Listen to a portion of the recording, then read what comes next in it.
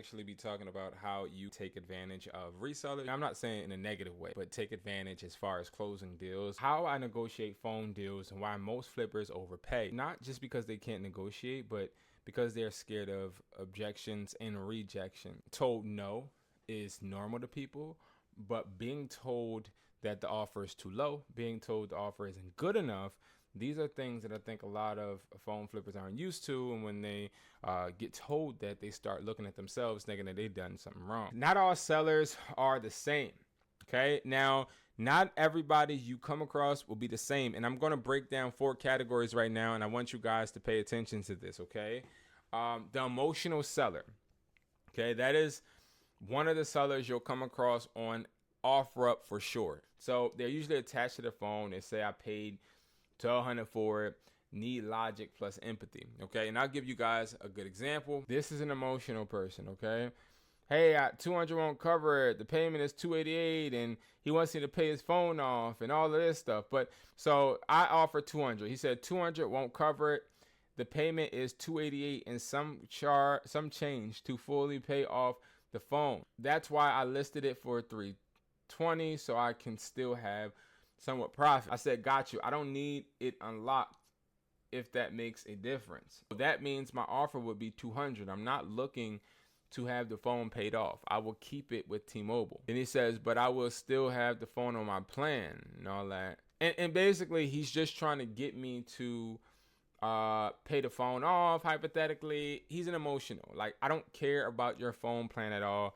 I don't care that which makes no sense, because I ended up breaking it down in that conversation that, bro, you're lying to me, because if you do have this phone on your plan, then you opened up another financial obligation on your plan to get another phone while you already have installments, which would put you in a hole regardless. I'll take the phone. Ended up, he wanted to close the deal. Let's talk about the urgent seller. They need rent money, need gas, moving fast, want convenience. This is the person that will hit you up all the time. That person I just showed you ended up turning from an emotional seller into an urgent seller. And the reason people turn into urgent sellers is because you walk away. A lot of people are big bad wolves. Oh, I'm not selling this to you, or I'm not doing this. And then you just walk away and you let them be great, and then they end up realizing that they're going to need you before you need them. These people do not understand. You're going to literally need me before I need you. I have the money. You don't have the money. So that is where you have to hone on to your leverage. The next one,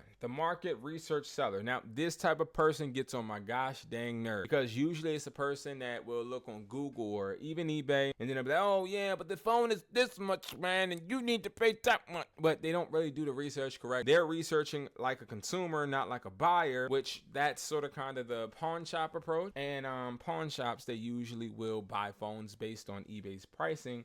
The difference with the pawn shop, though, is they understand a certain profit margin they're looking for and trying to obtain. Therefore, they sort of kind of finesse people. The market research seller is the person that makes it seem like they are more knowledgeable than you. So let's say you come across somebody that says they know more than you. What do? Do you concede and let them know, oh man, I didn't know that. That's a great one. No, you definitely don't do that. Do you allow them to feel smarter than you? No.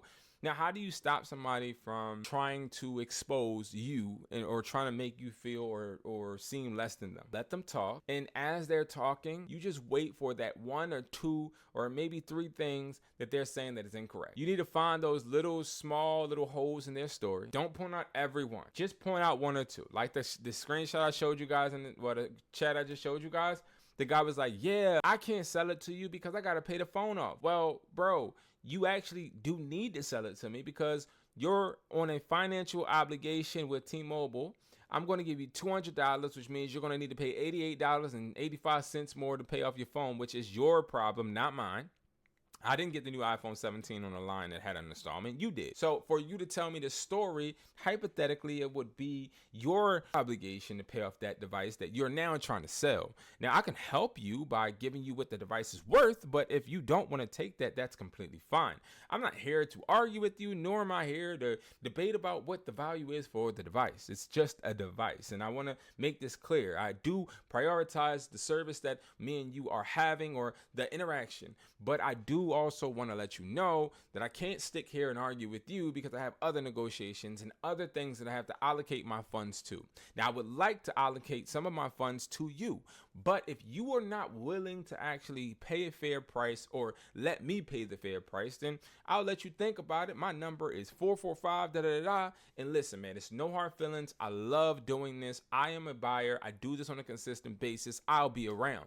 But I will tell you this before we go. The next time you tell me that you're willing or wanting to sell that phone to me, the price may be different. I do not guarantee prices because the prices change on a consistent basis. That's it. And then I go about my day, bro. So the market research, you really don't have to out-talk them. You just really have to listen, find those holes, and poke at them. All right, the fake time waster. Now, this is the person that makes people quit phone flipping. Okay, so I have a student that, and I talk about my students a lot because I think that every student is unique. I do. I think that every person I come across, Richie, you're unique. I think everybody that I come across is unique. They have their own desires and questions, and I embrace it, right? Because I'm not a teacher. If I was a teacher, I would be a teacher, literally, right? I ain't gonna lie. I hate doing homework with my kids. I hate teaching, okay? Teaching is not my forte. I was a C student, and I'm not shy to say it. I was a C student, so I don't need to be nobody's teacher. But one thing I do is I share information that I actually have observed or went through, and then I give it to you. That's all I do. I'm not teaching nothing. I'm giving you guys the information that I was given for you to use, right?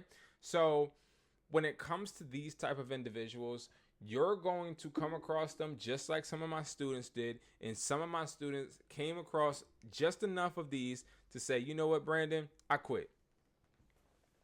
And you want to know what I do when they tell me they quit? I say, okay.